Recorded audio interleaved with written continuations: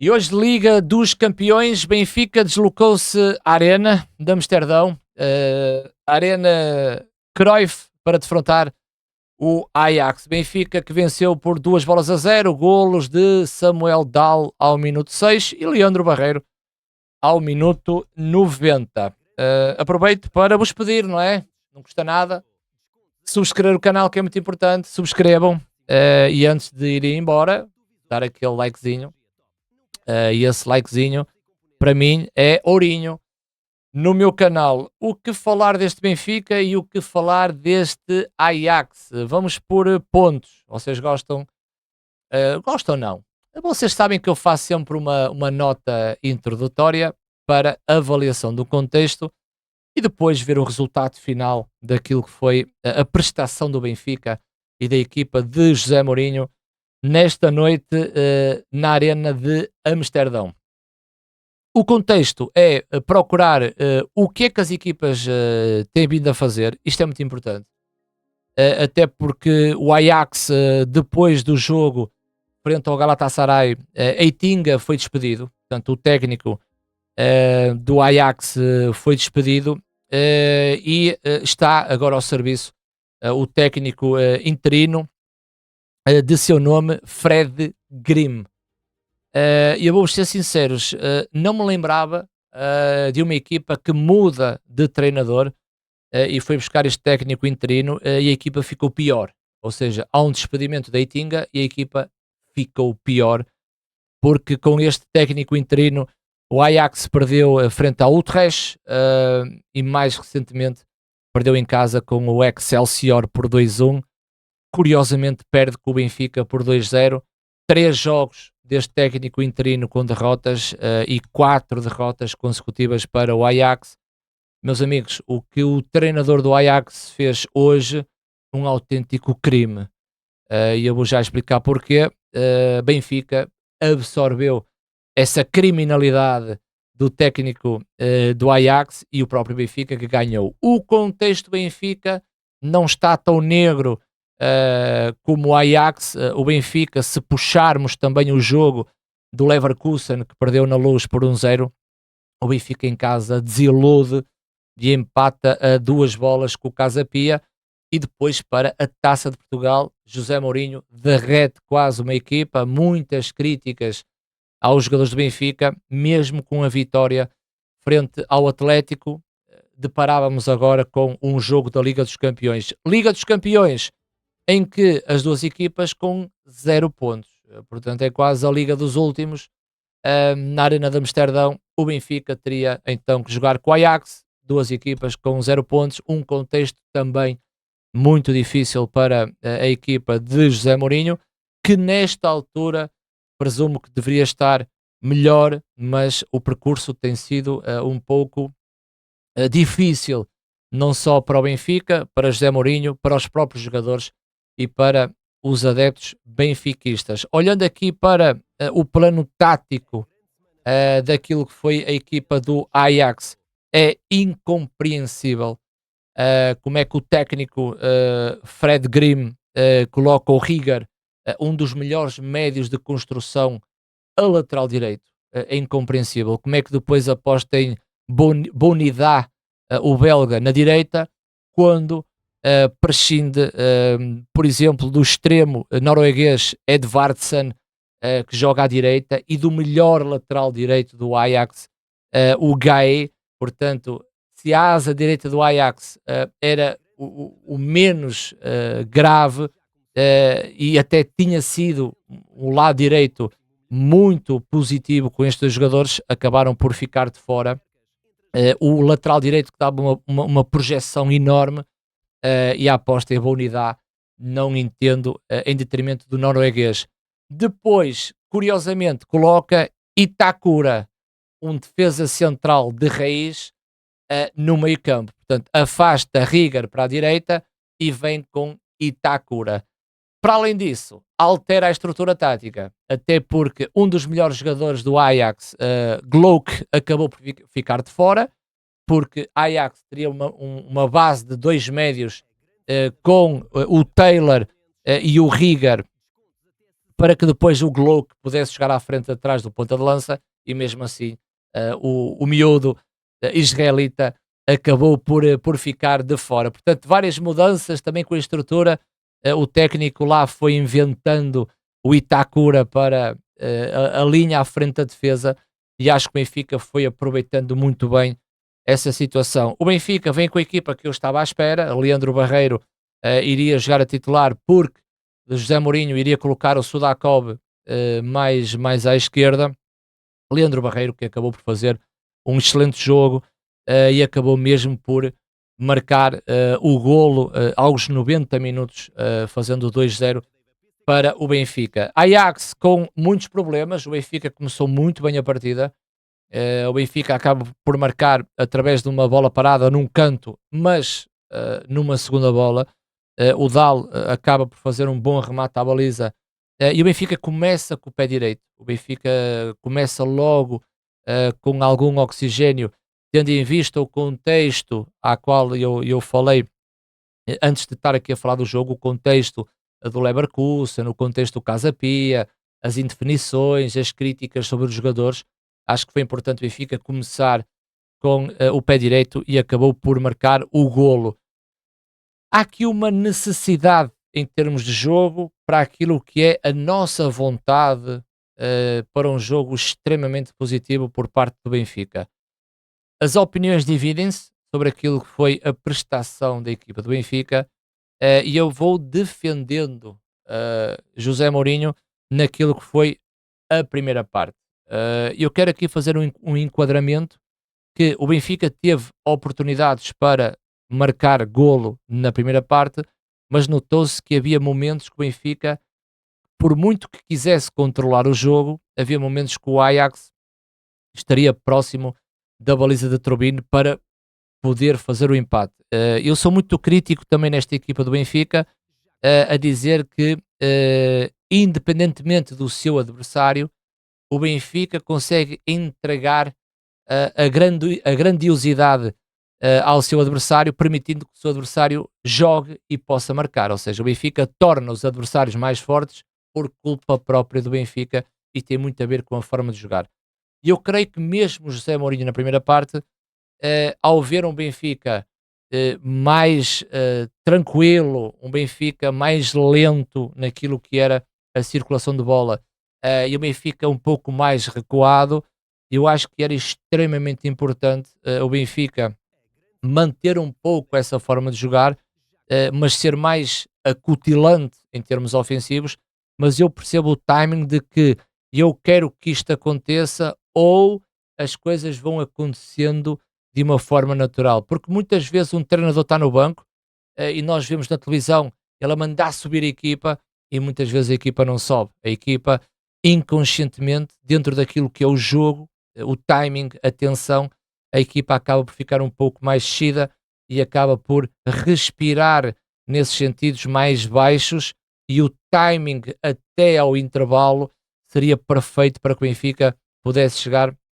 à vantagem num jogo fora, adeptos da outra equipa, num país diferente, há um estágio, há uma deslocação, há um terreno que o Benfica estaria a jogar e era muito importante esse timing de chegar ao intervalo a ganhar por 1-0 e não vou criticar muito essa forma de José Mourinho querer que a equipa esteja mais equilibrada ou menos, consoante aquilo que os jogadores vão dando ao longo da primeira parte, e eu não sou muito crítico dessa fase. Na segunda parte, aí coloco mais a crítica incisiva sobre aquilo que é a forma de como o Benfica começa a segunda parte. Isto porquê? Porque há o intervalo.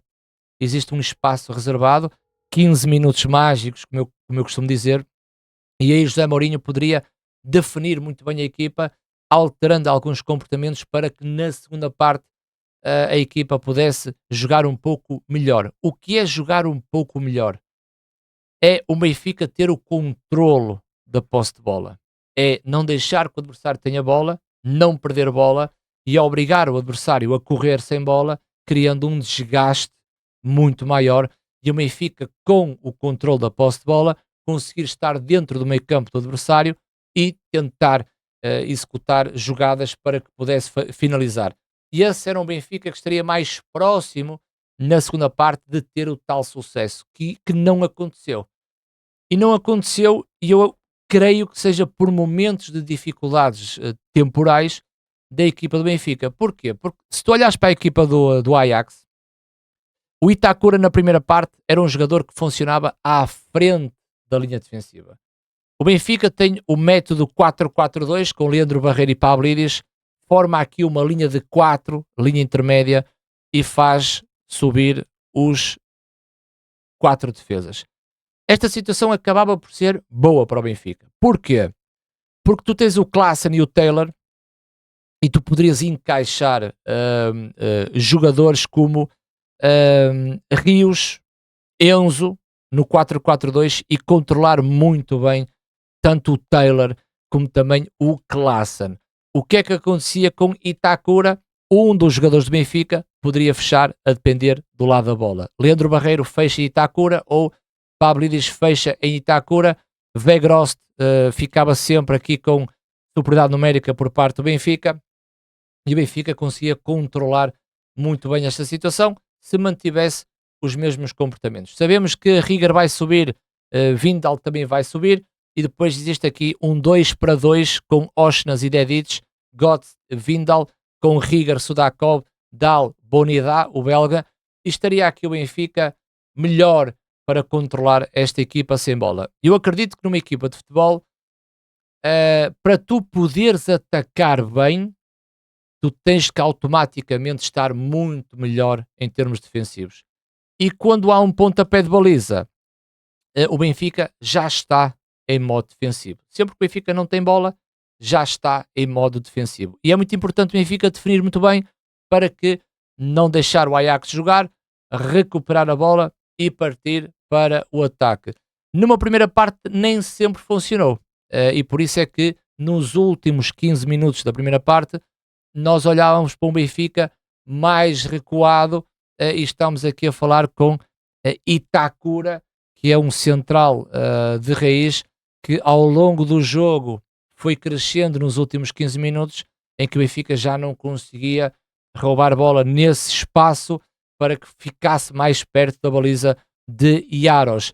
Benfica depois foi permitindo a tal mobilidade, e nós estamos aqui a falar de Klaassen e estamos a falar de Taylor, que é um jogador fantástico, e Klaassen é um jogador que vai tendo a sua experiência, com Bonida dentro e que Riger pudesse subir, o número 6, aqui Götze é mais um extremo aberto que procura muita diagonal para rematar a baliza, e o Benfica que nos últimos 15 minutos pareceu-me que quis colocar tanto gelo em cima do jogo que a própria equipa ficou gelada, não é? É muito por aí.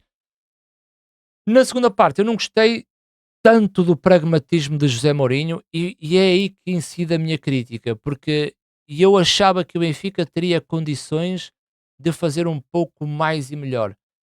Custou-me olhar para o Benfica e tentar perceber que, como adepto, era muito mais importante não sofrer do que marcar o segundo golo. E eu acho que isso tem alguma importância no momento em que a tua equipa está segura.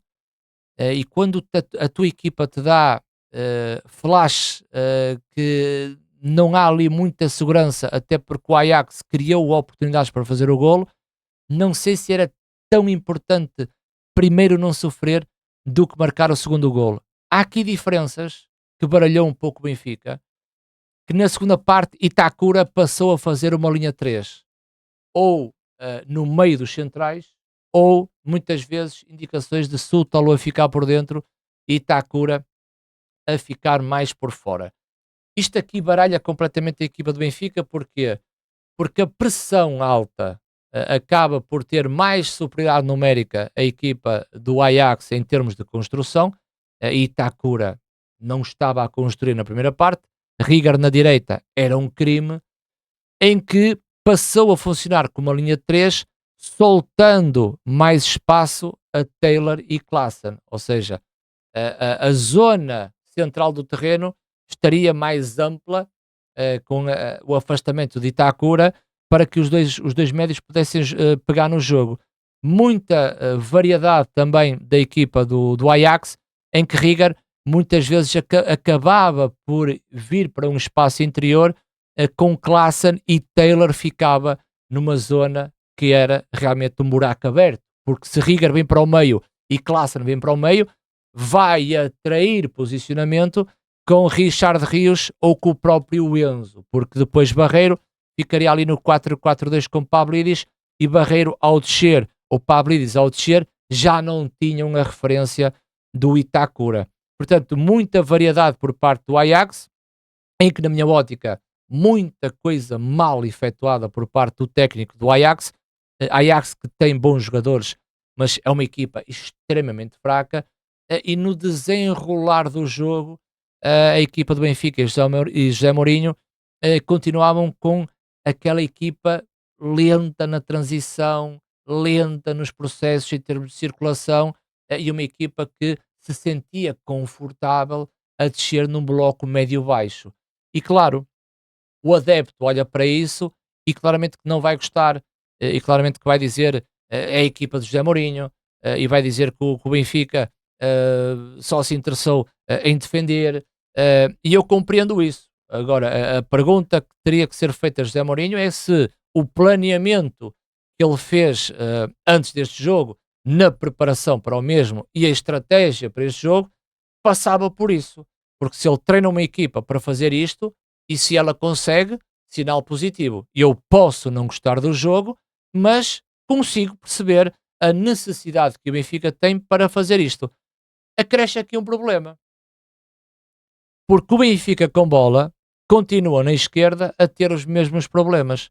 Sudakov não se liga com Dal, a relação intersetorial é horrível.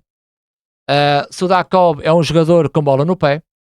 Sudakov não imprime velocidade na esquerda, não tem essa verticalidade. E muitas vezes, quando Sudakov tem bola, o senhor Dal não sobe. Fica sempre aqui numa linha de apoio. E o Benfica perde muita coisa no lado esquerdo. Ora, Osnas também não é. Não é o jogador de verticalidade, de 1 para 1. Benfica não tem extremos para acelerar esse jogo, como o adepto benfiquista queria. Benfica ficou sem o Kerem, Benfica, Luque Bacchio está lesionado, Bruma está lesionado, Sheldrop não entrega ao jogo que José Mourinho quer, ou seja, Benfica não consegue acelerar o jogo e cria aqui algumas dificuldades. Mesmo no lado direito, com Dedic e Osnas, já se nota algum equilíbrio naquilo que é a relação intersetorial, mas o que eu notei hoje é que Dedic não estava com a confiança que já teve outrora. É um jogador que ou vai por fora ou vai por dentro e cria realmente esse impacto na equipa do Benfica. Um Benfica ofensivamente, quando perde a bola, vai ter também problemas, e principalmente no meio campo com Richard Rios e Enzo. Basta o Barreiro estar numa linha mais subida, com Osnas pode estar aberto com uma subida de Dedic, Sudakov numa linha intermédia, e Dal até pode ficar mais por dentro, ou a solicitar uma bola mais aberta. A transição do Benfica torna-se preocupante. Primeiro, Richard Rios não pode estar em todo lado, e creio que as características do Enzo neste momento, nesse papel, acabam por ser extremamente curtas. Enzo, jogador com bola bem relacionado, é um jogador que pode simplesmente fazer a distribuição do jogo, mas neste momento o Benfica está ali a precisar de algo mais com Enzo para o preenchimento desse meio campo. Um jogador que muitas vezes no meio campo está com inferioridade numérica vai precisar de ir buscar aqueles comportamentos mais agressivos, mais rápidos, mais de reação, e falta muita coisa ao Enzo. No decorrer da segunda parte, o técnico do Ajax foi fazendo alterações, fez 4, enquanto o Benfica não tinha feito nenhuma. José Mourinho tirou da cartola o Tomás Araújo para colocar ali os 3 centrais, e coloca o Leandro Barreiro à esquerda, não é? Isso foi claramente um indicador de José Mourinho que o Benfica estaria lá para agarrar os 3 pontos e não sofrer o golo. Aquilo que tinha no papel, José Mourinho acabou por funcionar.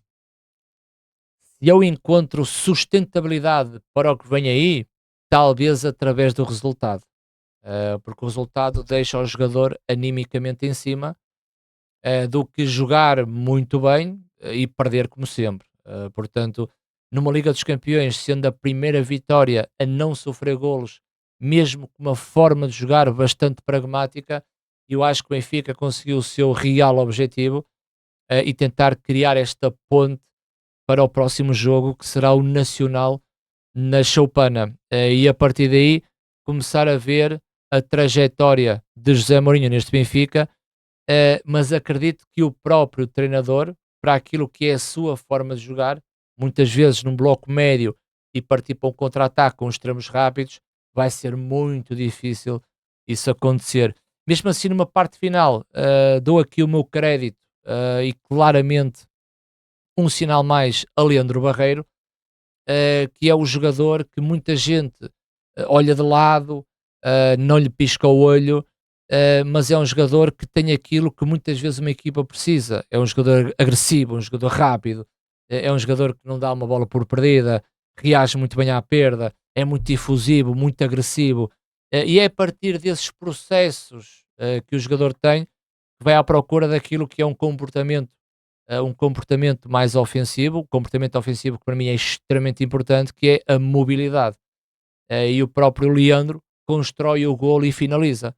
Um excelente passe do Osnas, mas ao entregar ao Osnas e procurar a mobilidade, fez com que o passe tenha sido ótimo, e o Leandro acaba por ser coroado com um golo que permite ao Benfica então esta vitória por 2-0.